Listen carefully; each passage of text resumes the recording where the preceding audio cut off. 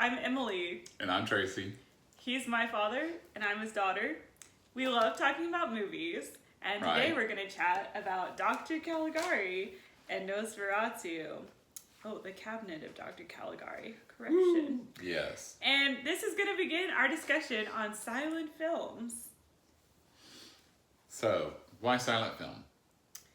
Silent film, because it's fun and underrated, but also I think just the historical significance of silent film was a really big factor for us. Yeah. We both really enjoy learning about the processes of things and how history affects things down the line. Right. And silent film plays a really big part in that. True. In the beginning of cinema. So Emily, what's your experience with silent film? My experience with silent film is, like I said, I'm pretty much a big nerd. So I started looking into movies to watch, just kind of over the course of the history of cinema. And I started watching some silent films like Charlie Chaplin, Buster Keaton, D.W. Griffith. And I kind of fell in love with them a little bit. And so I started watching ones that I find that just interested me. And I just really enjoy them. What about you? All right, so yeah, I'm very different. Basically, for me, silent film was a thing that I never thought about as a kid. Growing up, we only had 3 TV channels. We never saw a silent film on the 3 TV channels. So, yeah. You know, I mean, every time I thought about silent film, I'm like, oh, isn't that cute? People in the past had video cameras and they made movies, but they couldn't record audio. So yeah, I just didn't think about them, and I didn't think much of them. I would see little tidbits of Charlie Chaplin and Buster Keaton doing stuff, but that's about it. Yeah, kind of blew them off. Yeah. That makes sense. I feel like a lot of people do. They probably do. You know I did before I ever started watching them, but watching them has actually been pretty impressive. There's some really interesting things going on. Yeah, I agree. Film. I definitely think it gives us a better view of people in the past. You know, we tend to kind of infantilize people in the past sometimes, thinking maybe even their standards of morals were higher, or they were just creating these silly little movies, but people creating silent films were at the forefront of cinema, and they were the ones who had to start from scratch and figure it all out. Right. It's pretty impressive. It really is. Plus the story's legit. Yes, definitely legit. So. This week's choice. What do we got on the docket? German Expressionism. And spooky season. Yes, spooky season. So, of course, we wanted to do silent film, but as it is spooky season, we wanted to start out with something a little scary. Right.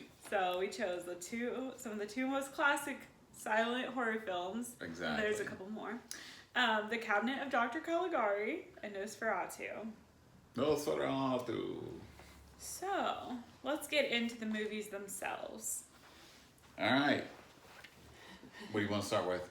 The Cabinet of Dr. Caligari. All right. 1920. Ooh, go back in time with me. All right, The Cabinet of Dr. Caligari. We open on a man talking with his friend, and he's telling him about this crazy story that he experienced. And it's about a man named Dr. Caligari and the somnambulist that he controls, and how he made the somnambulist go and do various spooky things. What did you think of the movie? What's something that struck you? Well, I thought it was really interesting that, when you watch this movie, you'll see the sets. The set design was just crazy. Everything is angles and it's skew and it's off and just, I'm like, that is insane. One of the things I think they did since they didn't have audio to do subtleties, is how exaggerated everything is. It's like, oh no, you know, kind of situation. And I will say that actually Caligari and Nosferatu both are pretty chill in terms of silent film acting. So it's funny to me that he's saying that. It's like, that's some of the least exaggerated silent film acting I've seen. Okay.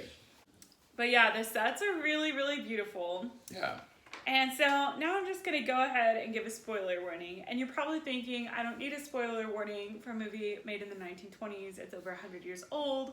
But if you haven't seen this, stop watching this video and go watch the movie instead. And then you'll know.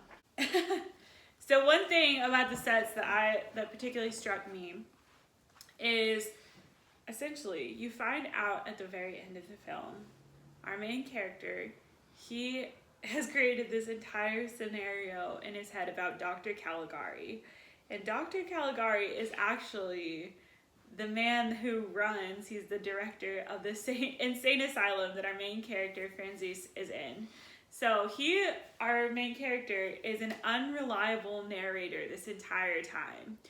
And one reason why this actually really works when you go back and rewatch the movie is you realize that all these like astounding and beautiful sets and everything are so surrealist. Yes, expressionist. Yeah, expressionist. I knew that. German expressionism. But yeah, it's all in his head. Like, he's the one who's seeing the world this way, and we're just experiencing that journey with him. And you can kind of see hints of that if you know what you're looking for. You know, everything's very askew, fantastical, and also like a little bit menacing in his like point of view. But then you go to like his beloved's home, right? And everything's soft and rounded and floaty fabrics. Did you notice that? Yeah, I did. And so I guess I'm going to start talking a little bit about some of the history. Like in the making of this movie, they had to go find a bunch of different prints of the movie and then piece it together to make this movie.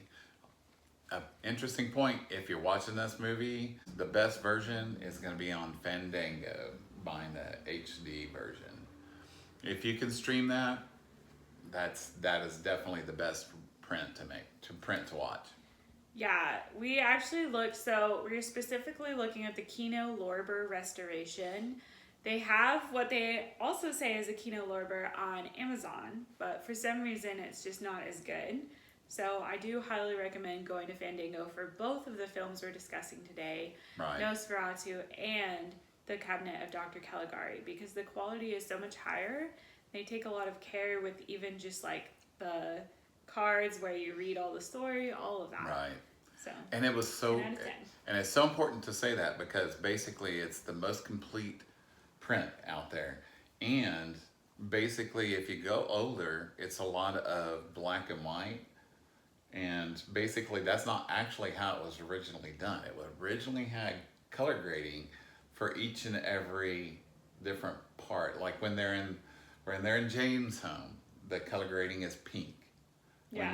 When it's a danger situation, then it's like blues and greens. Yeah. You know, and when it's just from standard daytime, it's kind of like this, you know, golden color or whatever. So, yeah, it's important to watch that. And that was actually original to the original distribution of the movie.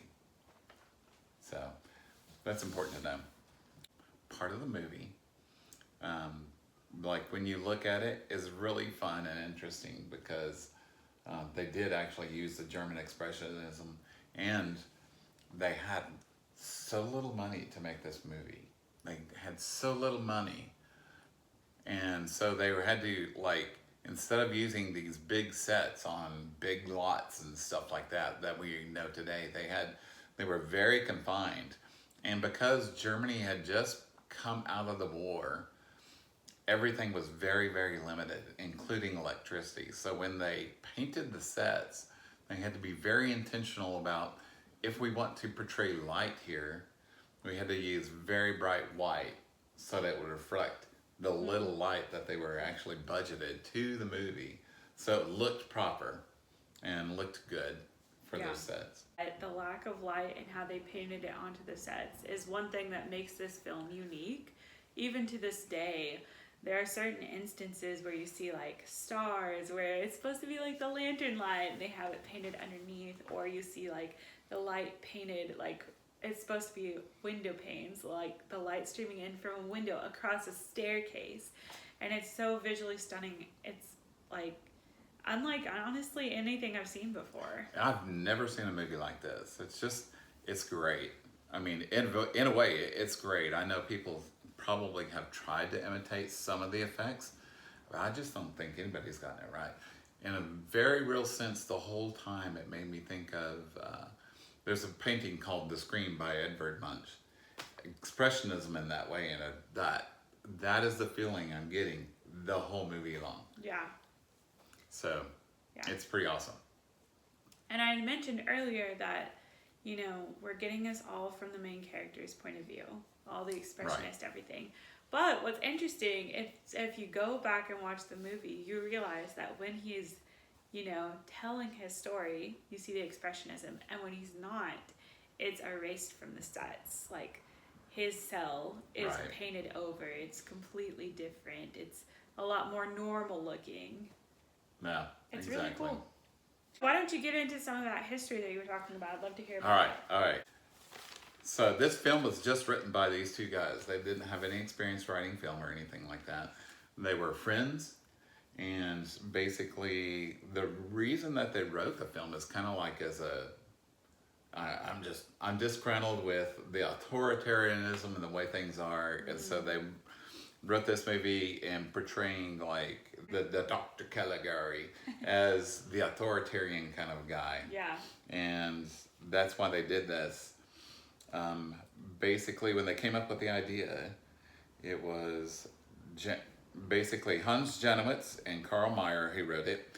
And Janowitz came up with the big ideas, and then Meyer basically just like fleshed them out and made them a more complete script. But here's some really fun things.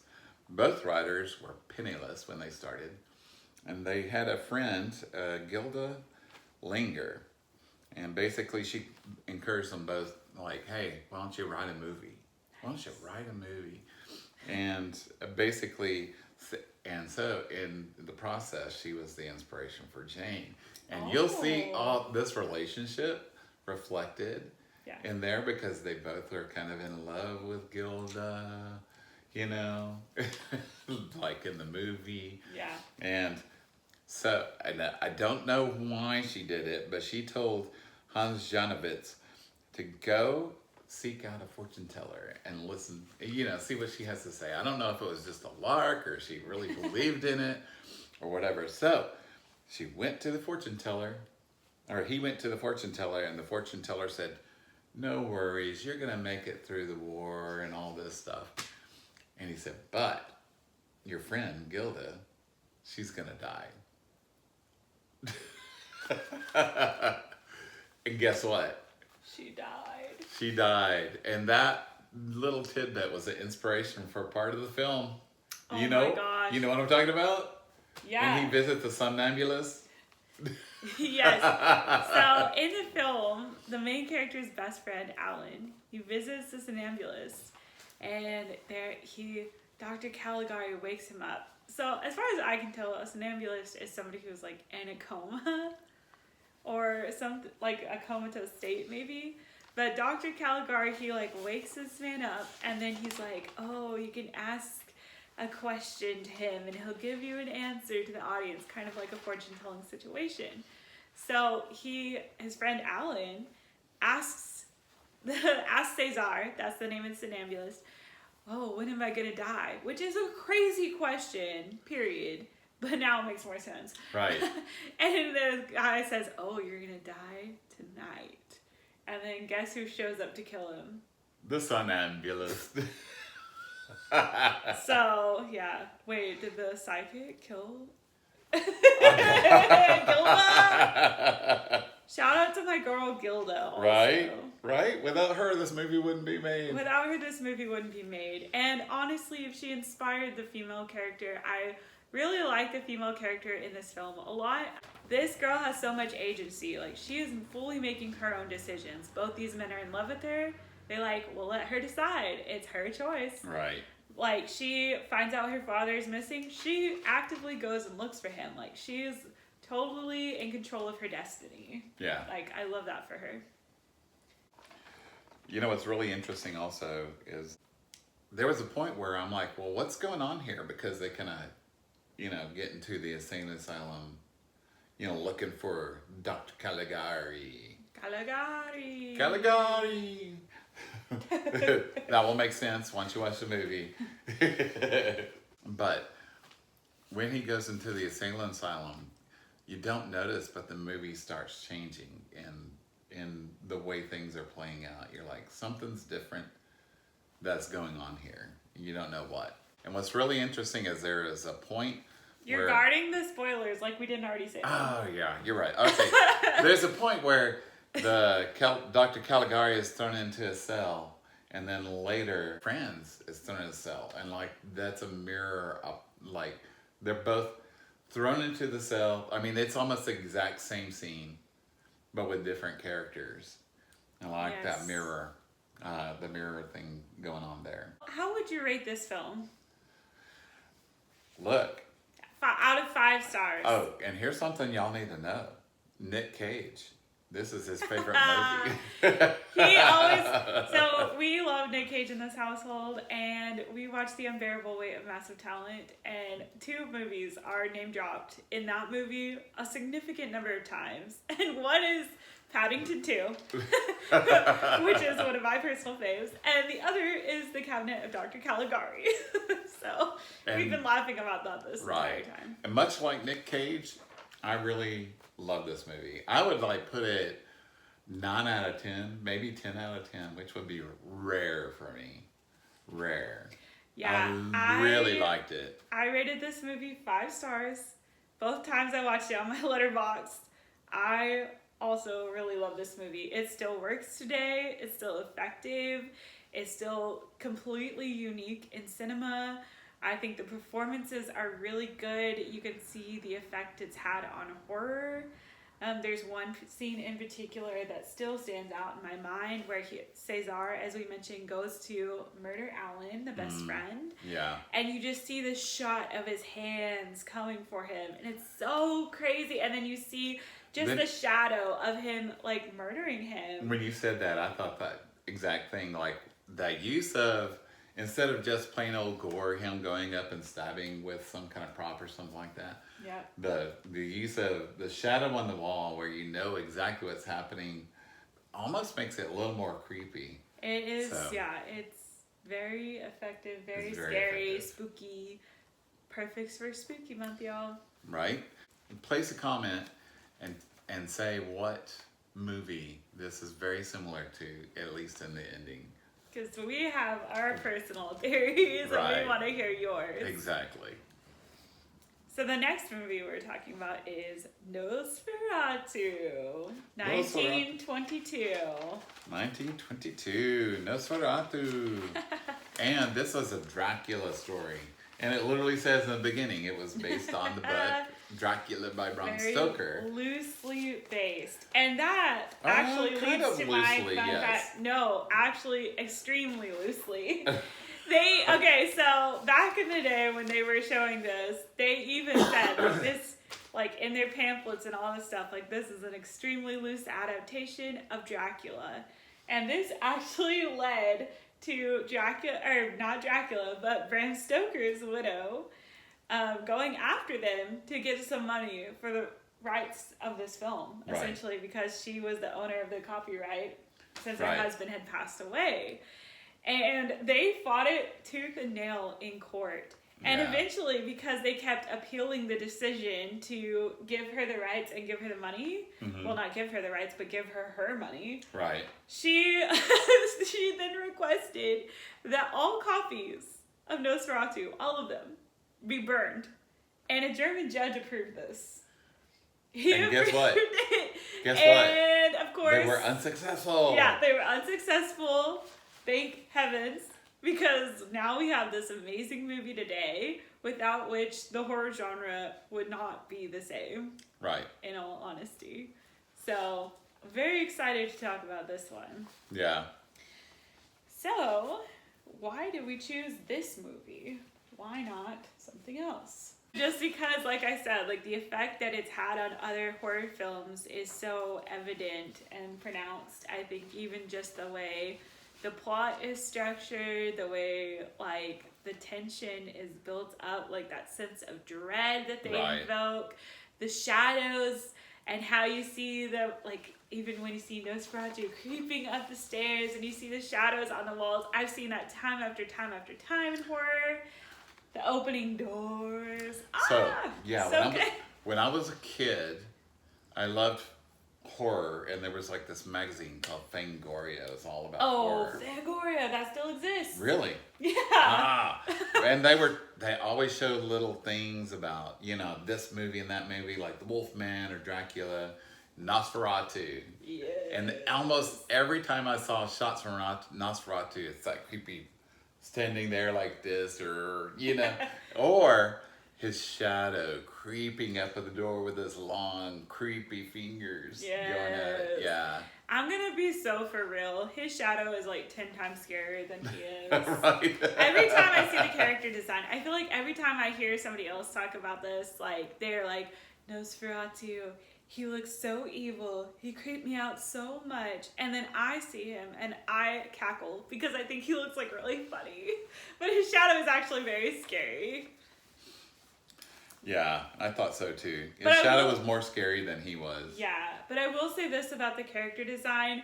I do see like the clear links between him and the rats that typically accompany him. Right. And I think he has been so tight. He's labeled like the death bird, Nosferatu. I know. I kept seeing bird. that, and the text walls about the death bird, the death bird, the death bird. And I really think he's almost this figure, like they imply this so much throughout the film, that he's this figure that's linked to plague. Exactly. And just like massive deaths. And so even though I do think the character design in my eyes looks kind of silly, I think that they were smart about it to link that his imagery, like the way his face looked, to like rats. That's true. I didn't even think about that, but yeah, that's a good point. And it's actually kind of sophisticated in that way, because it is not just him. It's like his very presence is just the death bird bringing death to wherever he goes. Yeah. So, yeah. Yeah. And he starts out contained in this small like castle situation. And then we have our main character, Hutter, who is unbothered. Oh my goodness. He's unbothered the entire film. No matter how many bad things happen, he's like, hey, honey. Mickey. Hey, honey, I gotta go traveling. I'm just going to the land of thieves and thieves and phantoms. Thieves and phantoms. And he's like so excited about it. I'm so excited. I'm going to the land of thieves and phantoms. Oh my gosh. And he gets there. And of course, Nosferatu is terrorizing him. And he's like, just mosquitoes. No biggie. Right.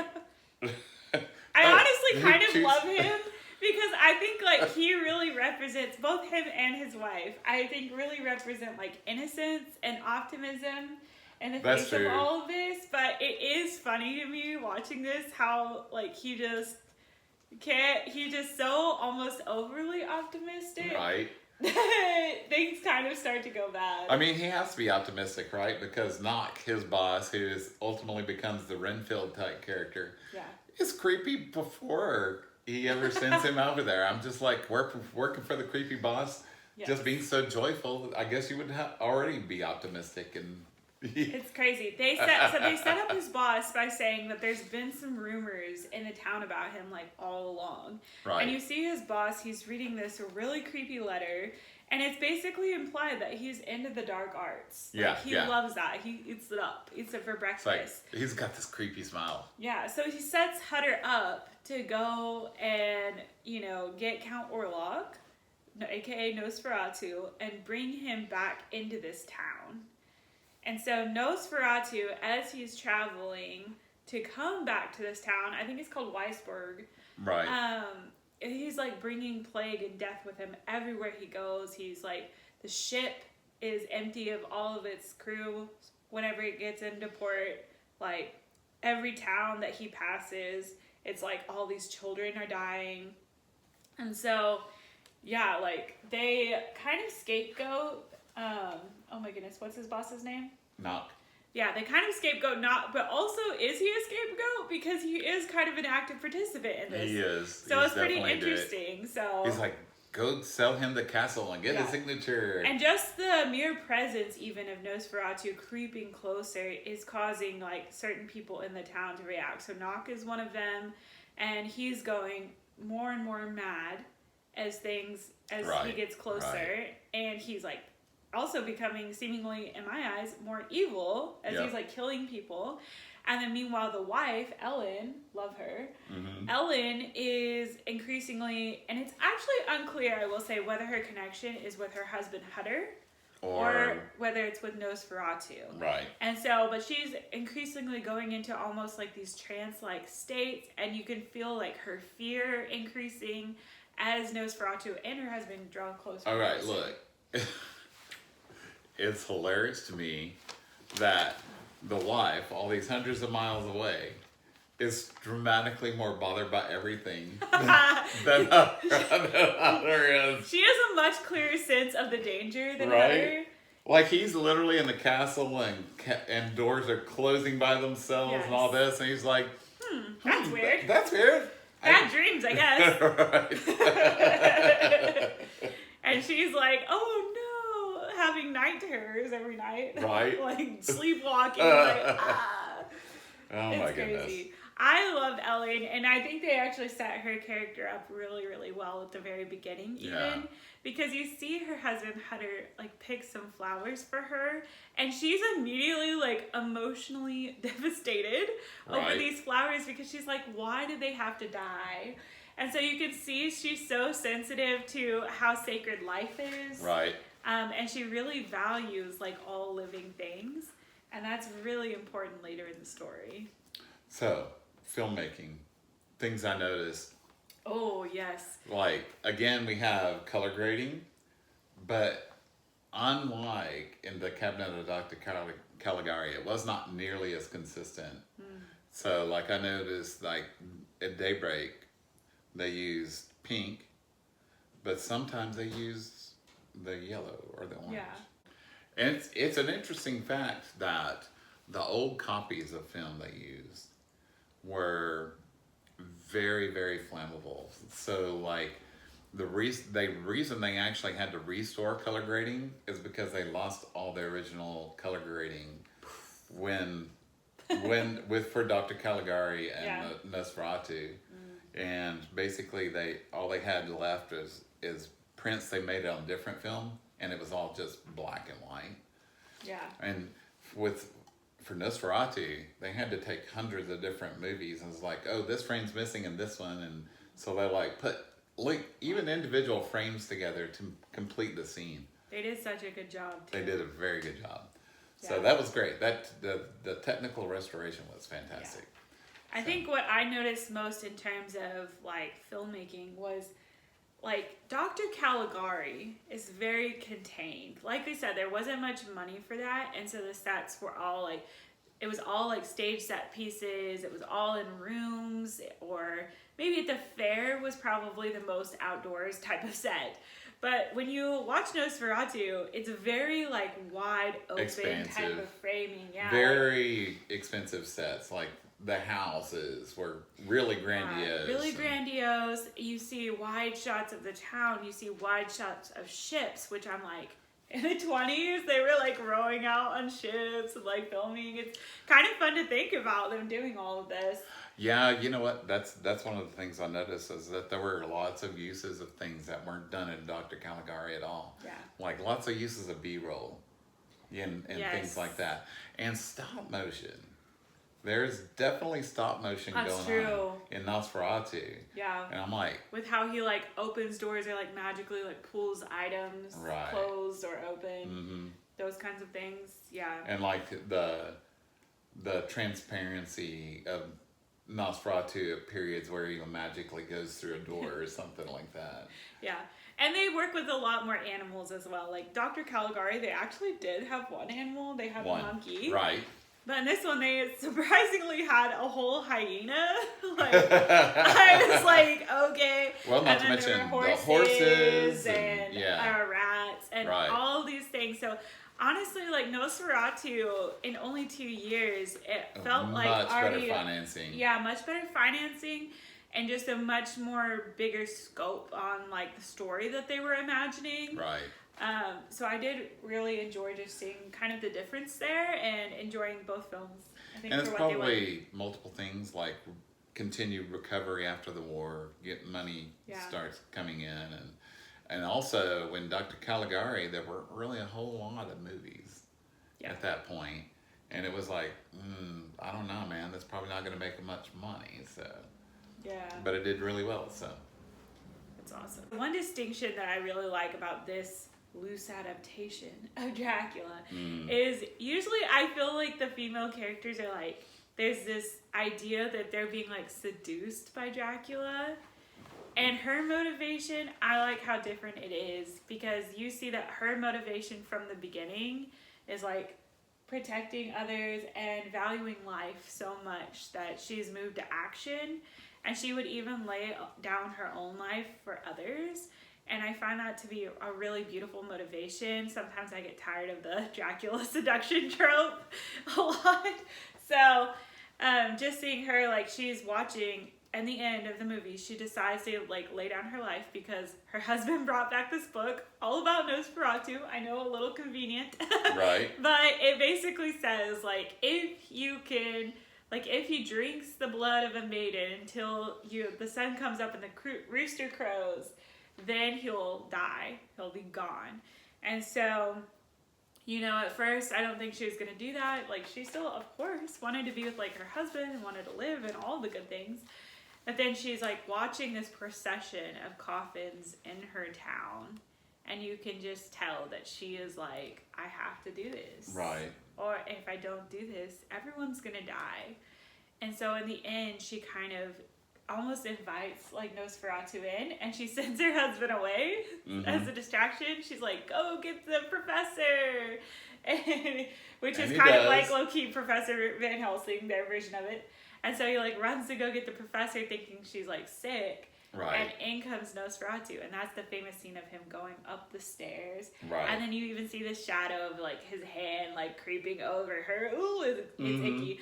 And then he like feeds on her until, and like successfully she gets him to feed until the rooster crows. The sunrise, and that's how he dies. Right. But I was just like, you don't get to see that, I think, a lot from the female characters in these vampire stories. And so it was just, and honestly, it's just a good arc for anyone. And so it was really beautiful, and I loved it. Is that what you like best, mostly, on this story of Nosferatu? Actually, I think, well, that's one of the things I like best for sure. But the other thing that I really liked, and maybe even liked best, was the slow progression of like how they built up who Nosferatu was and like the level of damage that he could do. And so it's just like I said, it's like that building of the dread. So you first see, like, you go to the town and all the townspeople are horrified. You see Hutter go in, you see all the things that Count Orlok is doing to him, and you see like, oh, like maybe these are some of the levels of his power.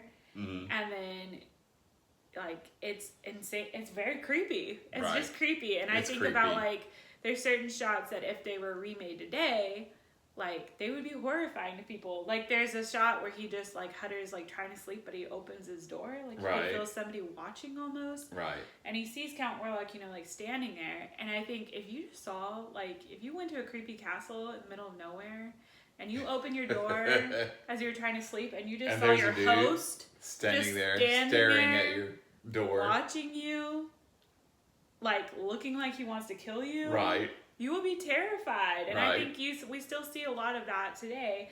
And so then they move on to the ship, and things are just slowly getting bigger and bigger, and you're just getting more and more of a sense of like how evil this creature really is. Right. And so they just do such a good job in terms of story, of like continue to slowly crank up that terror And so I really enjoyed that. It really is like a symphony of terror, and it's like a slow crescendo, a slow Right. build, and so, it's so It good. really is. What did you like best?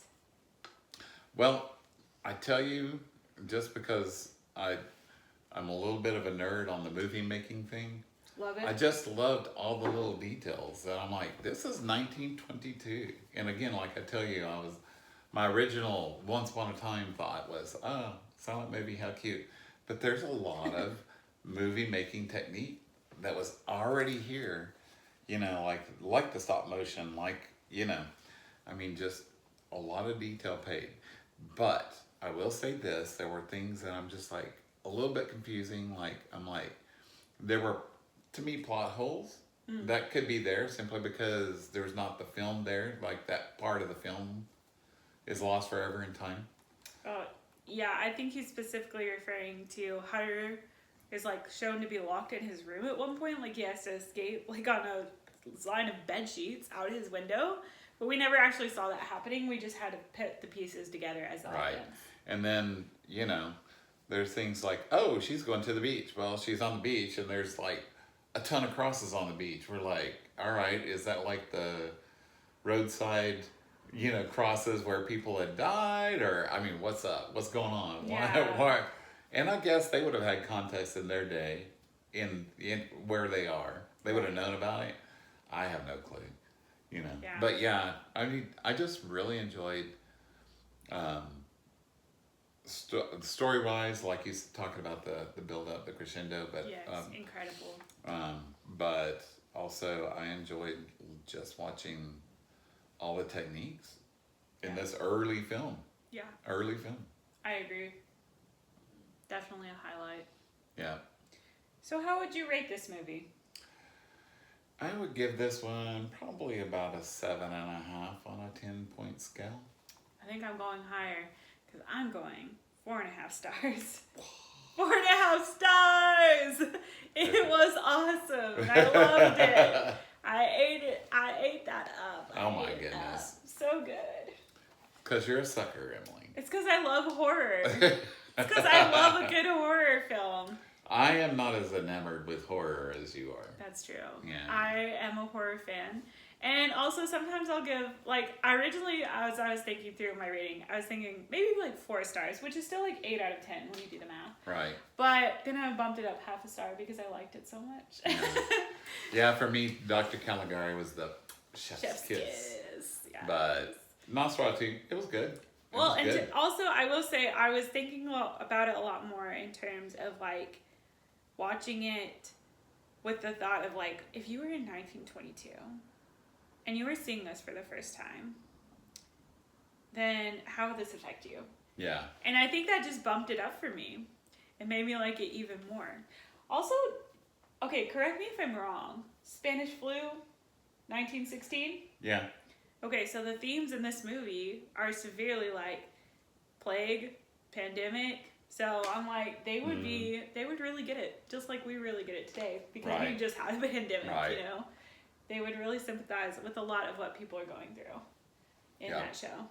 So I think it would have really been terrifying, actually, if you'd watched it at that time. I agree. It's still creepy. So, have you seen any of these films, audience members? And what did you think? Please let us know in the comments. This has been Cinema Fam. And Cinema Fam. You can find me at Emily1L on Letterboxd. And you can find him on... Nowhere. Sorry, fans. Please subscribe if you want to continue to chat with us about movies.